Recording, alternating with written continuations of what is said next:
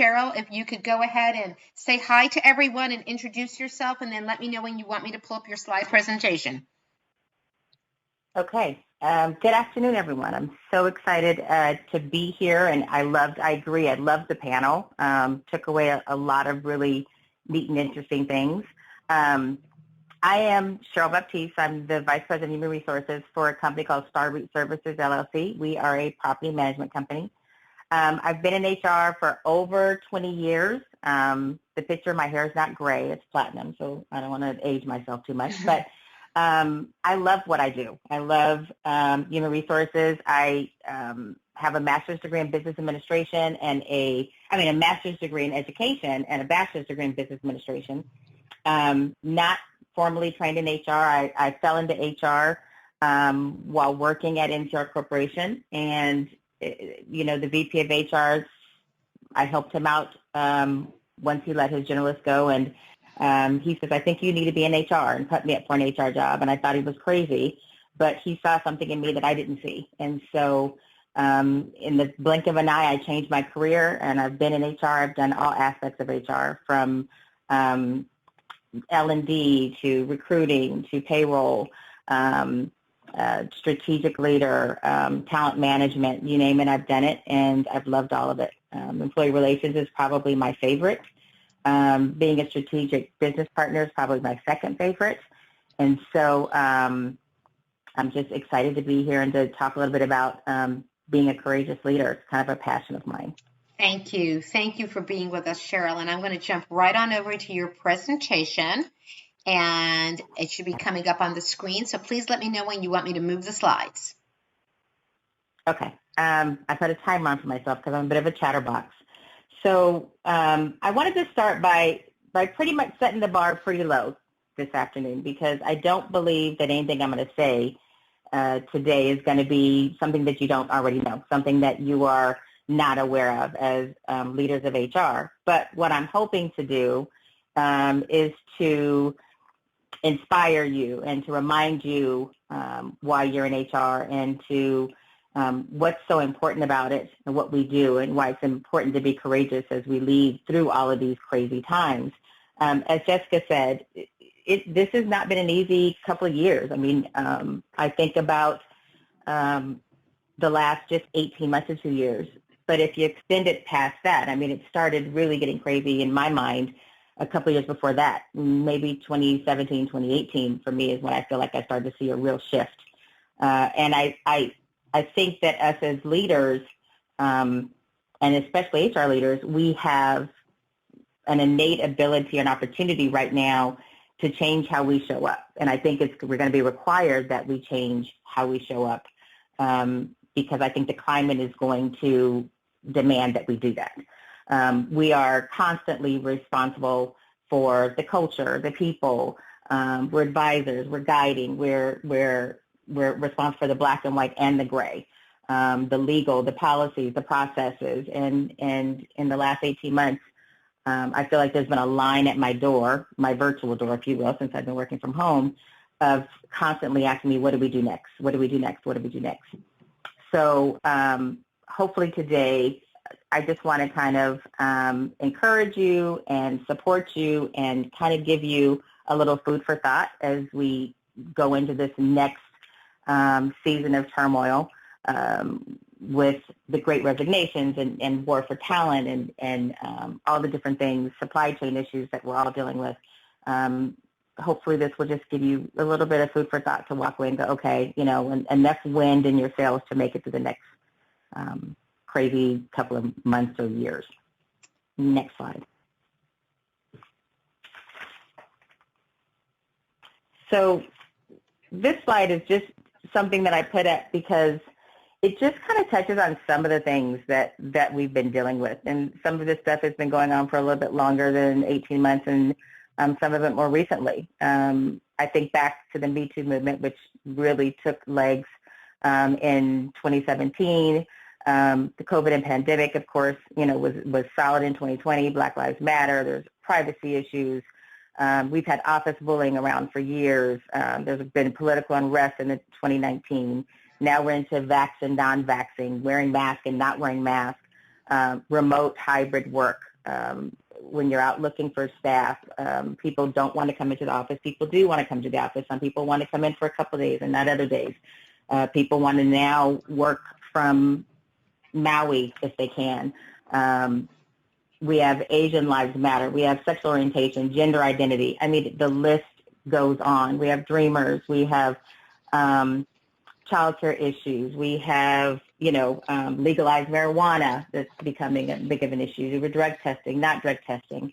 The list of issues for HR and companies, sadly enough, it isn't shrinking. It's getting larger and larger and larger and longer and longer and longer. And I feel like our struggle is that as we work our way through these issues at our different companies, my struggle has always been that HR is not always looked at as in the forefront of some of these issues and speaking into organizations what really has to be said. There's a lot of really uncomfortable conversations that have to happen around these issues that I think takes a lot of courage for us as HR professionals to have with our leadership. And sometimes it's not even with the leadership. Sometimes it's with the employees. It's not just, they're not easy topics. People are not understanding of them. People are frustrated. People disagree with them. Everybody has their own opinion about something. I had an interesting conversation. I've been out traveling for the last couple of months doing leadership training and employee engagement at my organization. And we had to address, as the panel before was talking about, we had to address the COVID issue because when we went into different locations with myself and my ER manager, there was the conversation about vaccinations or non-vaccinations, wearing masks, not wearing masks. And so it just becomes, it's weird because it's part of our day-to-day life. And so we had to go into every different state, different situation and address it right up front. And there were people that were not thrilled with the fact that they had to wear masks, and that the people that were vaccinated didn't have to wear masks. And we struggled with whether or not to have people identify whether they were vaccinated or not vaccinated, or do an attestation so that we could make sure that everybody was safe. A lot of really interesting off-the-record conversations with people about their frustration about how we were handling our COVID protocols and the mask mandates that we had, and so it was uncomfortable. So sometimes those conversations aren't always with leaders; they're also with employees, and calling a spade and being able to be tactful but direct. And one of the panelists also brought up, which I thought was an interesting and true statement for me, is that ER issues are growing, and I think that's because the list of issues that we're dealing with today are also growing. So our ER issues are growing, and a lot of it is misunderstandings and opinions, and I think it comes a lot from we've become so technologically inclined that we have fewer and fewer conversations, and I feel that HR needs to bring that back. We need to start talking more and emailing less, and not putting everything on digital, not posting everything, actually talking to employees and making sure that people understand and have a voice and get what we're saying. I think that that is another form of having courage. During our pandemic, we had town hall meetings every 30 days. Unless there was something major that happened. We had wide open, 2-hour-long town hall meetings, and it was always, I was always on deck for that. And we were asked questions from one end to the other. And although people thought it was crazy and although it was exhausting at the end of it, it was such a great thing for our company and our employees because they had that visibility. They had that opportunity to voice their frustrations, to ask why we were doing certain things and why we weren't doing certain things and when we were going to do certain things. And talking to some other HR professionals, they said, I can't believe you would sit on the phone for 2 hours or sit, on Zoom for 2 hours and answer questions of employees. And I said, but it was it was crazy, and it was exhausting, but it was exhilarating, and it was worth every moment of it. And that's the type of thing that I think we got thrown questions, or I got thrown questions that were just out of left field. And it took a lot of time sometimes to just not say some of the things that I really wanted to say, but to stay within the realms of what was appropriate, but yet address some of the kind of far-fetched expectations that associates had, and listen and hear their frustrations and their concerns, because they were afraid, and they were mad, and they still are, about a variety of things, having to come back into the office, or some of the protocols that we've changed. But you have to have those conversations, and I think addressing them is not always easy, but I think it's what we need to do and what we have to do more of. One of the things that I've always struggled with when the Me Too movement happened was sitting and listening to a lot of the people that were victims of sexual harassment say that they went to HR and HR didn't do anything. Mm-hmm. And as a very proud HR professional, it just hit me in the gut, because I take a very strong responsibility of not just protecting any organization I work for, but protecting the associates that work at that organization. And sometimes that means having conversations with the folks above me about things that they don't want to talk about. And but that's what I signed up to do, and so that's what I do. And I really implore all HR professionals to put that hat on, because it's not an easy hat, but it's a necessary hat if you're in this role, if you're in this profession.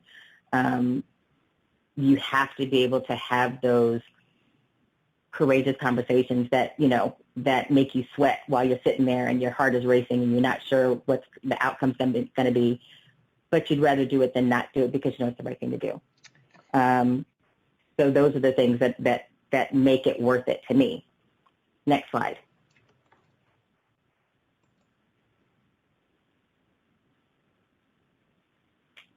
So I'm sure all of you have heard the term VUCA. If you haven't, it's a new kind of concept that's been out and about for, I want to say, almost a year now.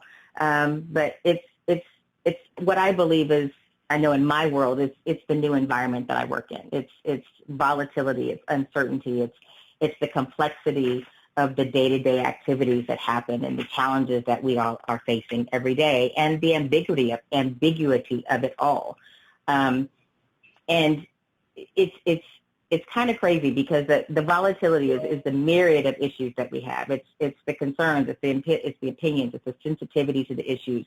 It's the changes that are constantly happening in laws and in government. It is the pandemic. It is it's the frustration of every day is something different, something new.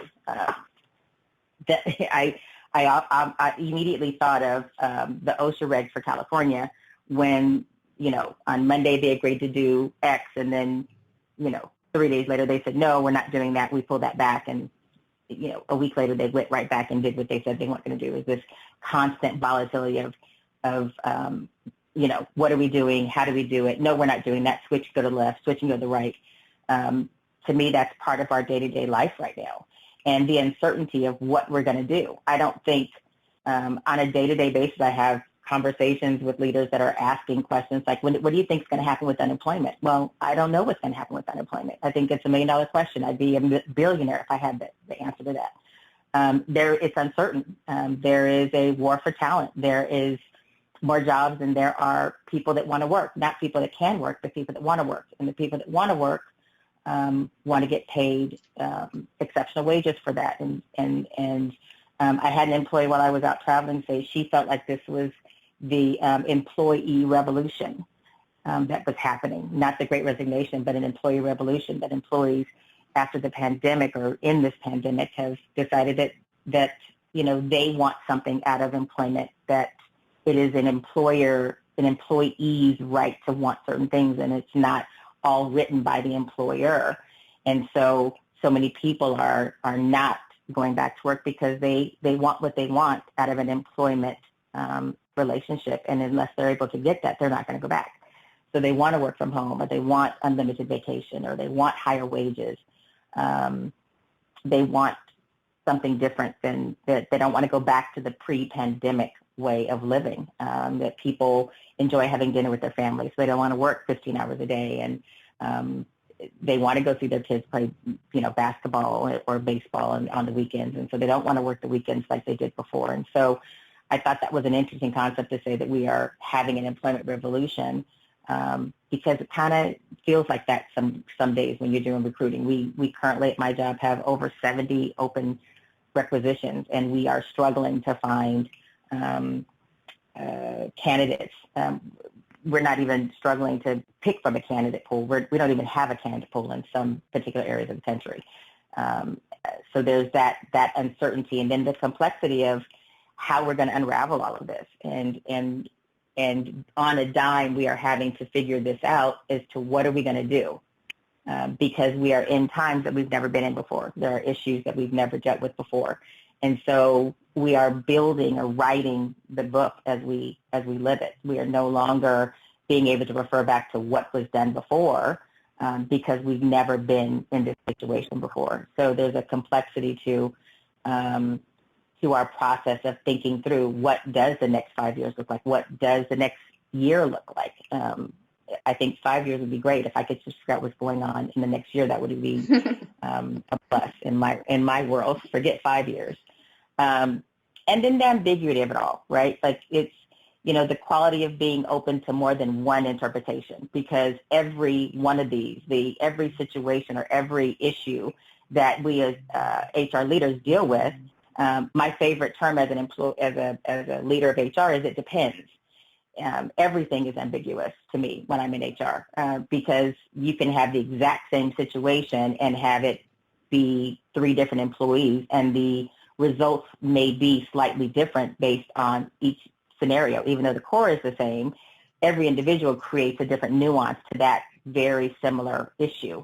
And so I find that in HR, we're living more and more in the gray and kind of guided by the rails of the black and white of what's HR. But there's just a lot of gray. There's a lot of ambiguity to what we do, and it's becoming more and more so as we go through this transition.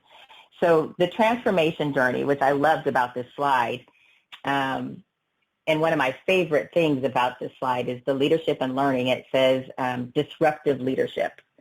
That to me is just phenomenal. I love that word. I love the context of it. I love what it means, because I do believe that is one of the things that's going to make the difference for organizations. We all know, being HR professionals, that people come to work for an organization, but they leave because of leadership. Our leadership is a direct connection to retention. Leadership is a direct connection to the employment life cycle. It's a direct connection to engagement. If you have an organization that has great leaders, people love to work there. That people are engaged. People feel connected to the organization. But when you have that, you can have that one really bad leader, and it spoils the whole bunch. And I think today's workforce wants disruptive leadership. I loved. I think it was Brandy that made the comment about how her leadership team came together and decided that they needed to lean into the employees and be more empathetic. I think that's disruptive leadership. That is, we can't do what we've always done.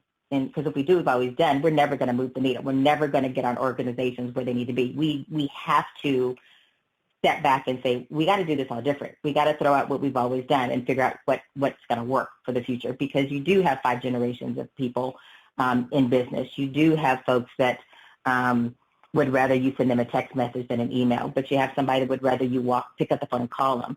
We are dealing again in times of which we've never dealt before.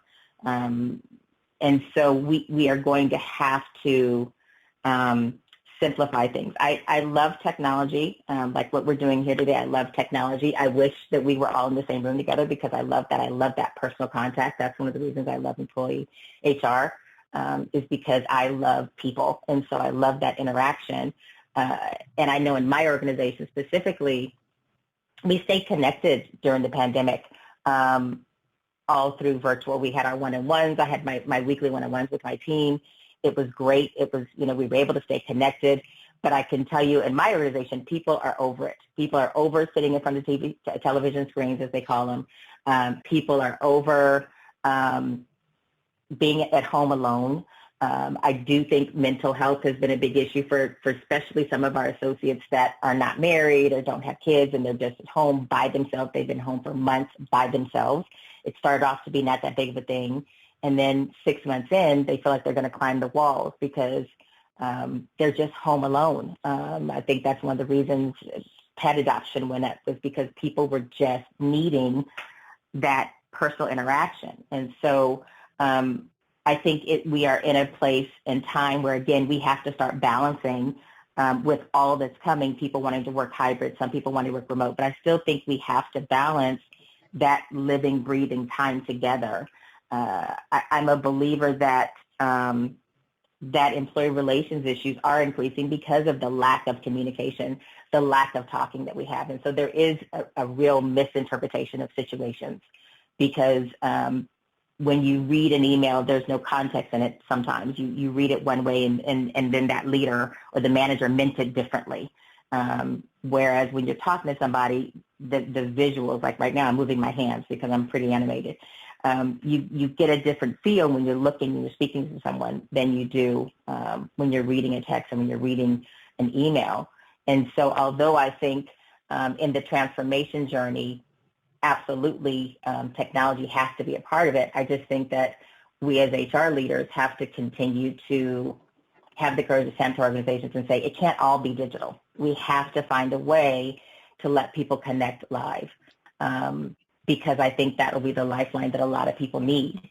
And it's a way to check in on employees. When we talk about mental health, I think it's easy to hide behind the computer screen and ask somebody, how are you doing? How are things going for you? And they're behind a screen. You're like, oh, I'm okay, I'm fine, it's great. But if you were to stand in front of them, you could look at them and tell by all the cues of their body language that they're the coloring, the way they're dressed, how they're acting, if they've lost weight, if they've gained weight. All those cues that make you say, nope, they're not okay. I remember them, and they're not okay. They're too thin. They're heavier. They're having less eye contact. They don't look as kept as they normally are. I think there are things about having human contact that cannot be replaced by technology.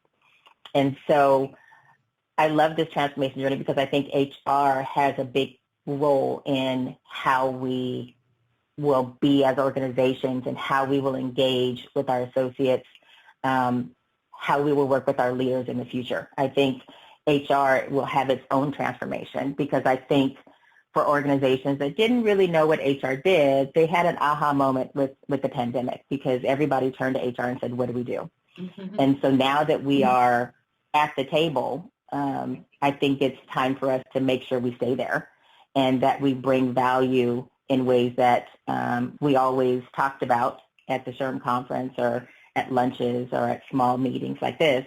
But it's time to take it into the boardroom and really make an impact and a difference and have the courage to stand up and do that because it's time. Next slide.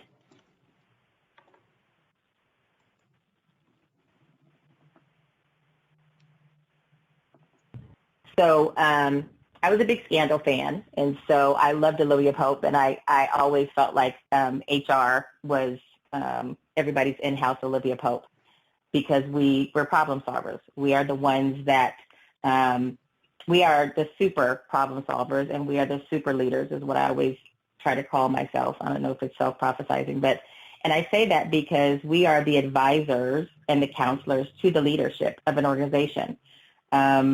We're the ones that go in and talk to the president, the CFO, and the CEO, and the COO. It's a daily occurrence that we sit and have conversations with managers of departments and districts and regions.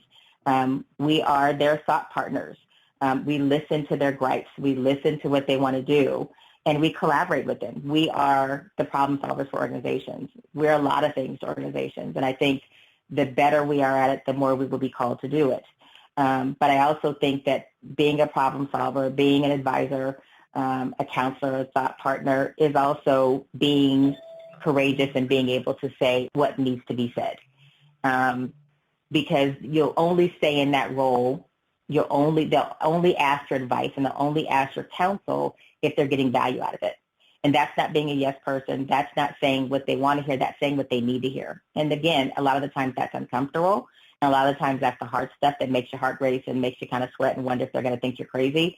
But I implore everybody to kind of stay in that space because that's what makes us valuable. It is what creates the impact that HR can have, is because we see things from a variety of perspectives. We don't see it just one way. We see it multidimensionally because we've worked with so many different departments. We've worked with the life cycle of employees. So we have a really interesting perspective, but we just have to have the courage to say it and the courage to call it how we see it, whether it's received or whether it's believed or whether it's understood or whether they act on it. We still have to be able to say it and be those leaders that say, I'm going to tell you the truth. You may not want to hear it, but I'm going to tell you the truth. Next slide. Okay. We're going to start getting ready to wrap this up a little bit. I just wanted to give you timing. That's all, because I know you said you ramble sometimes. Yes. So thank you. I do. Okay. And I set a timer for myself. Cool. Okay. So this is the last one. Okay. Again, back to speak the truth. Say what needs to be said, even if it's not popular, even if it's not comfortable. Master the art of influence. We have to become influencers. That's how we're going to impact change from a leadership perspective. Be intentional with connecting to employees. They need to be connected. They need to know that HR is an advocate for them. They need to know that we're there for them, not just for the company. So be intentional about connecting with employees. Be an advocate for them. Lead the change. Don't wait for it to happen. We have to do that. We have to be a part of the leadership that changes how organizations are successful going forward and make a difference, not on paper, but in people's lives. We do a lot of writing policies. We do a lot of documenting. That's not what makes the impact. That's not what changes where change happens. It happens in engaging and connecting with people and speaking our truth and being courageous in being who we are and what we believe to be true from a people's perspective, from a legal perspective, from an ethical perspective, from an organization, culture. We just got to be those leaders. That's it. I'm done. Okay. That was amazing. You are just incredible. Cheryl, thank you for being with us. You spoke so eloquently and so importantly to every HR leader out there today. And I'm just floored by your presentation. I'm so happy we recorded it. Just really am. I am. It's going to be watched over and over and over again. You spoke right to the heart of the matter that everybody is dealing with, and that we must realize that we can't just use technology to keep the workforce viable, that the people aspect, the touch, the seeing, you just spoke volumes about all of it. And I am so pleased to have you here with us today. Thank you. Thank you. Thank you for having me. Much. I don't have any specific questions because I think there was just so much said, and I think people need to sift through that, but I know we will have questions. I know people will reach out to you. You're a phenomenal speaker. Thank you for that presentation so very much. Thank you for having me. Absolutely. Thank you.